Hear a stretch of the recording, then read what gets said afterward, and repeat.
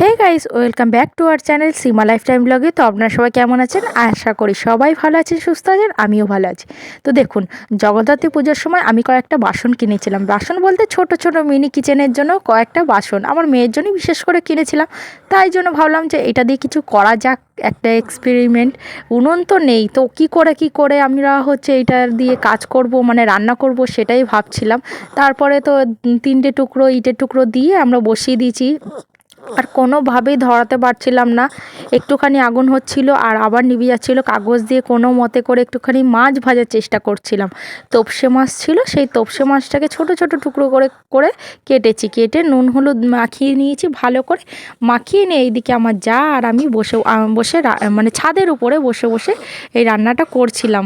আর কি বলবো জানেন না, এইটুকু মাছ ভাজতে গিয়ে আমাদের অবস্থা খারাপ হয়ে গেছে। কেন কি, উনুন তো নেই। ভাবছি একটা উনুন করব, তো উনুন করে তারপরে এই বাসনপত্র দিয়ে রান্না করব, তখন আরও ভালো লাগবে।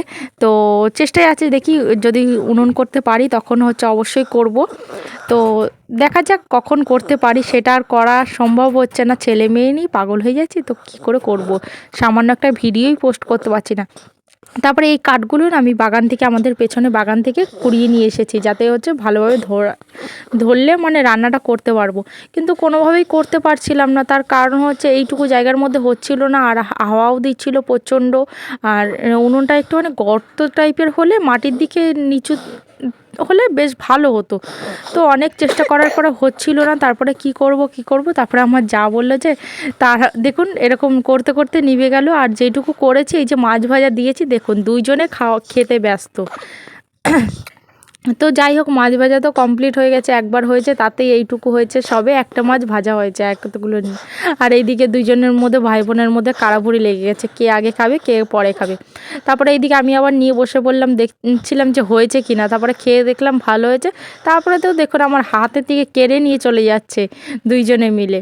তো যাই হোক, আমি উনুনটা বানিয়ে নিই, তারপরে আবার যখন রান্না করব তারপরে আবার আপনাদের সঙ্গে শেয়ার করব। আজকের মতো এইটুকুই।